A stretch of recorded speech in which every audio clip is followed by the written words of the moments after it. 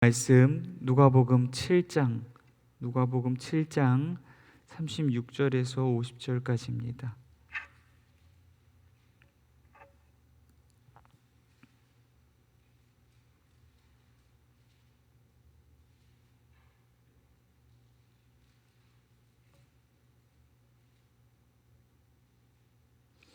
누가복음 7장 36절에서 5절까지 한 절씩 교독하시고 50절 말씀 합독하도록 하겠습니다.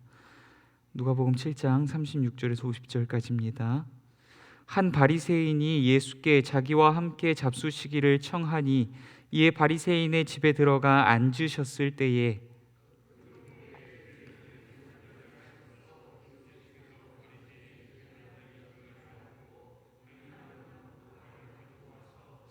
예수의 뒤로 그 발 곁에 서서 울며 눈물로 그 발을 적시고 자기 머리털로 닦고 그 발에 입 맞추고 향유를 부으니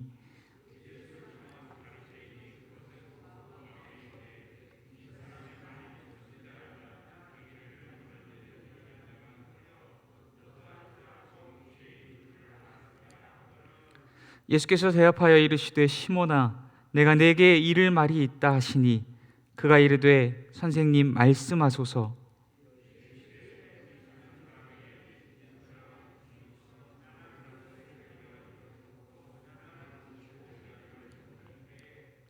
갚을 것이 없으므로 둘 다 탕감하여 주었으니 둘 중에 누가 그를 더 사랑하겠느냐?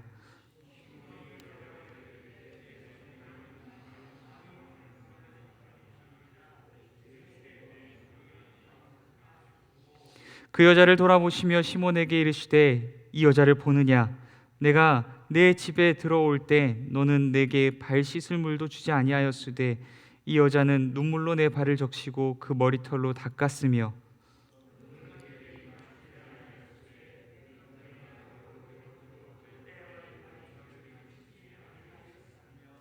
너는 내 머리에 감람유도 붓지 아니하였으되 그는 향유를 내 발에 부었느니라.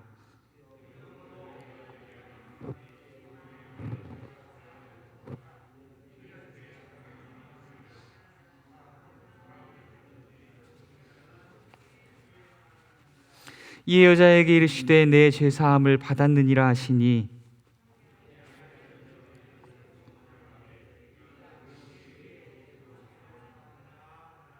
합독하겠습니다. 예수께서 여자에게 이르시되 내 믿음이 너를 구원하였으니 평안히 가라 하시니라. 아멘.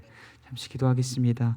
사랑과 은혜가 많으신 하나님 아버지, 참으로 어렵고 힘든 시기 가운데 우리를 지금까지 여기까지 지키시고 보호하시고 인도하신 하나님께 감사와 영광을 올려드립니다. 주님, 주님만이 우리의 삶의 유일한 소망이심을 믿음으로 주님 부르신 자리에서 주님의 얼굴을 구하며 예배합니다. 우리의 온 마음과 정성과 뜻과 힘과 생명이 주님께 부어지는 시간 되게 하시고 주께서 우리의 예배를 기뻐 받으시고 하늘의 평강과 위로로 우리를 채워주심을 경험하는 귀하고 복된 시간 될 수 있도록 하나님 도우시고 인도하여 주시옵소서. 하나님, 이 시간 말씀 전합니다. 전하는 자나 듣는 자나 주 앞에서 말씀 듣는 시간 되게 하시며 하나님, 이 말씀이 우리 안에 깨달아지고 믿어지며 이 말씀이 우리의 삶이 되는 은혜를 더하여 주시옵소서. 함께 하시기 소원합니다. 거룩하신 예수님 이름으로 기도드립니다. 아멘. 네, 오늘 말씀 누가 예수님을 더 사랑하는가라는 주제로 함께 말씀 나누고자 합니다.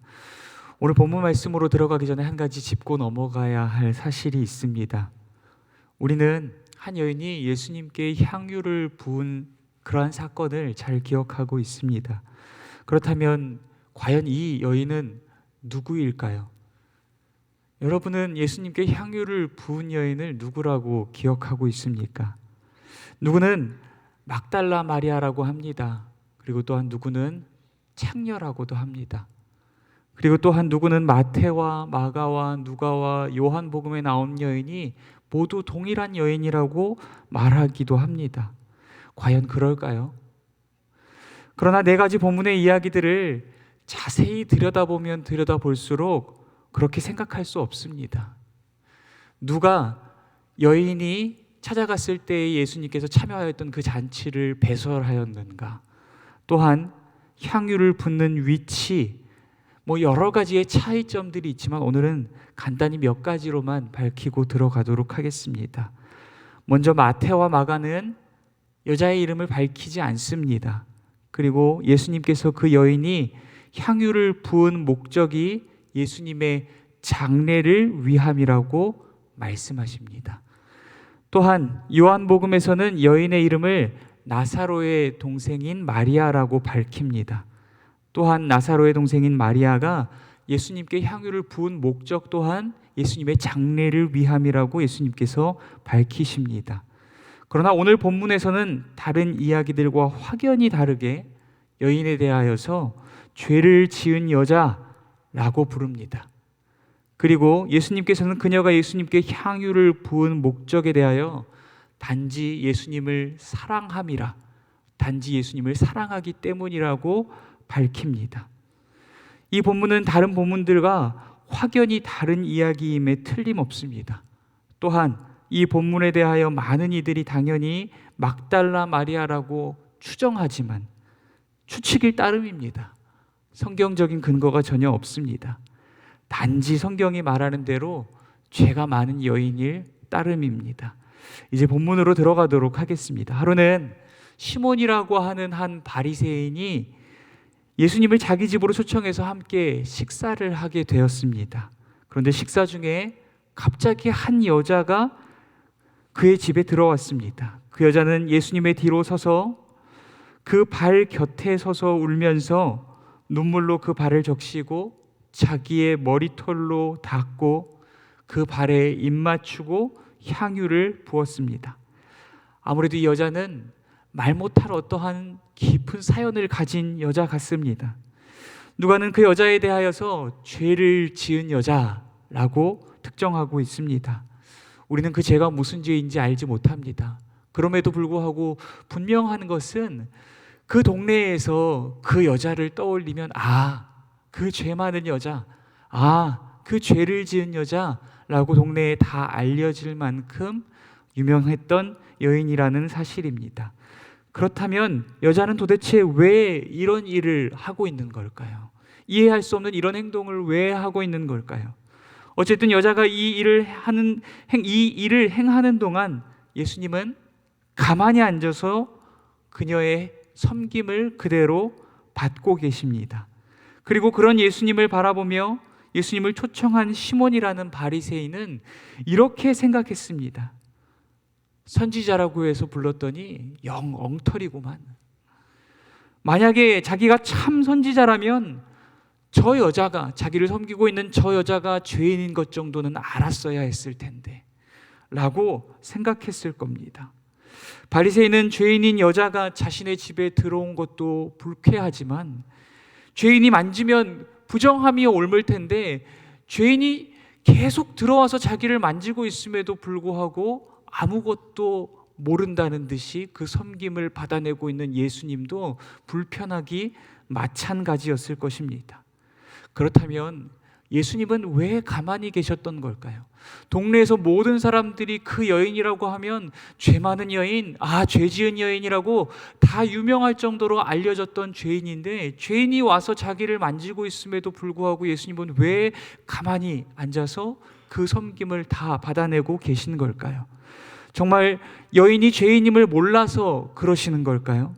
죄인이 만지면 부정함이 옮는다는 사실을 몰라서 주님이 그러고 계시는 걸까요? 죄인뿐 아니라 예수님까지도 불쾌하게 여기는 이 바리새인의 마음을 예수님께서 읽으시고 바리새인에게 한 가지 이야기를 들려주십니다. 돈을 빌려주는 사람에게 빚진 자가 둘이 있는데 하나는 500데나리온을 빚졌고 하나는 50데나리온을 빚졌다. 그런데 돈을 빌려준 사람이 이 두 사람 모두 갚을 것이 없는 줄을 알고 그들 모두의 빚을 탕감해 주었다. 과연 그렇다면 그 빚진 두 사람 중에 누가 탕감해 준 사람을 더욱 사랑하겠느냐? 라는 이야기였습니다. 이에 바리새인이 이렇게 대답했습니다. 제 생각에는 더 많이 탕감을 받은 자, 곧 500데나리온을 빚졌던 자 같습니다. 이제 예수님은 자기의 발에 향유를 부은 여인을 돌아보시면서 동시에 시몬에게 이렇게 말씀하십니다. 너는 내가 네 집에 들어올 때 발 씻을 물도 내어주지 않았지만 이 여자는 눈물로 내 발을 적시고 그 머리털로 내 발을 닦았다. 너는 내 머리에 감람유도 붓지 않았지만 이 여자는 값비싼 향유를 내 발에 부었다. 그리고 47절을 통해 이렇게 말씀하십니다. 그러므로 이 여자의 죄가 사하여졌도다. 이는 그의 사랑함이 많음이라. 사함을 받은 일이 적은 자는 적게 사랑하느니라. 아멘. 예수님은 여자의 죄가 사하여졌다라고 말합니다. 또한 그 이유를 그녀가 예수를 많이 사랑하였기 때문이라고 이야기합니다.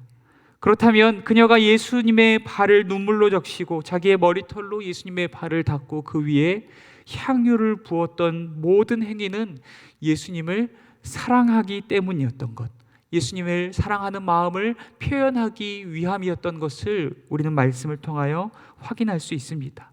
또한 주님은 사함을 받은 일이 적은 자는 적게 사랑한다라고 말씀하셨습니다. 그렇다면 이 본문 가운데에서 사랑함이 적은 자는 누구일까요? 사함을 적게 받은 자는 누구일까요? 바로 주님을 식사의 자리로 초대하였으나 주님께 발 씻을 물도 내어드리지 않고 주님께 감람유조차 부어드리지 않았던 바리새인 시몬인 것입니다. 그렇다면 죄지은 여인에게 예수님을 사랑하는 마음이 많고 바리새인의 마음에 예수님을 사랑하는 마음이 적은 이유는 무엇일까요? 여인은 사함받은 죄가 많고 바리새인은 적은 죄를 사함받았기 때문입니다. 이것은 무엇을 뜻합니까? 똑같이 죄사함을 받았으나 여인이 바리새인보다도 절대적인 죄의 양이 많았다는 것을 뜻하는 것일까요? 아닐 것입니다. 아마도 여인은 자신이 죄인임을 알았기에 죄인인 자신을 위하여 죽으시기 위해 이 땅 가운데 오신 주님의 사랑과 그 은혜, 그 죄사함의 은혜를 깊이 깨달은 것이고, 또한 바리새인은 자신이 죄인임을 여전히 모르고 있기에 주님의 사랑과 죄사함의 은혜를 깨닫지 못한 것인 것 같습니다. 그리고 주님은 48절과 50절을 통해서 두 번 반복하여 말씀하십니다. 내가 죄사함을 받았느니라. 내 믿음이 너를 구원하였노라. 예수님은 이를 통해서 여인을 구원하셨을 뿐 아니라 죄인으로 알려져 많은 사람들에게 정죄받고 따돌림 받고 있었을 그녀의 삶, 그녀의 인생 또한 주님께서 회복시켜 주시는 모습을 볼 수 있습니다. 사랑하는 성도 여러분, 누가 예수님께 모든 것을 바쳐서 헌신할 수 있습니까? 바로 예수님을 사랑하는 사람인 줄 믿습니다. 그렇다면 누가 예수님을 더 사랑할 수 있을까요? 예수님으로 인하여서 죄사함을 받고 구원받은 사람인 줄 믿습니다. 그렇다면 누가 예수님으로 인하여서 죄사함 받고 구원받을 수 있겠습니까? 바로 내가 얼마나 큰 죄인인지를 깨닫고 동시에 바로 십자가에 죽으시고 3일 만에 다시 살아나신 예수님만이 나를 구원하실 수 있는, 나의 삶을 회복하실 수 있는 유일한 구원자이심을 믿는 사람만이 주님으로부터 죄 용서함을 받고 구원함을 받을 수 있는 줄 믿습니다. 사랑하는 성도 여러분, 오늘 저와 여러분은 우리 자신이 얼마나 큰 죄인인지 깊이 깨달을 수 있기를 간절히 소원합니다. 오직 십자가에 죽으시고 다시 사신 예수님만이 나의 이 크나큰 죄를 용서하시고 구원하실 수 있음을, 나의 온 삶을 회복하실 수 있음을 믿으실 수 있는 오늘 저와 여러분이 될 수 있기를 간절히 소원합니다. 주님이 나를 위하여서 베푸신 이 크고 놀라운 사랑과 은혜로 인하여서 기뻐하고 감사하고 감동하며 감격하여서 날로 주님을 더욱 뜨겁게 사랑하는 삶, 더욱 뜨거운 예배와 순종과 헌신으로 주님께 가까이 나아가는 삶 살아가시는 오늘 저와 여러분이 될 수 있기를 간절히 소원합니다. 오늘 말씀 묵상하시면서 주님, 주께서 우리에게 베푸신 그 놀라우신 사랑과 은혜를 깊이 묵상하고 기억하게 하시고, 그로 인하여서 주님에 대한 그 사랑이 우리의 삶을 사로잡게 하시고, 그 사랑에 대한 동기로 더욱 뜨겁게 예배하고 순종하며 헌신하는 나의 삶이 되게 해달라고 이 말씀 기억하시면서 함께 기도할 수 있도록 하겠습니다.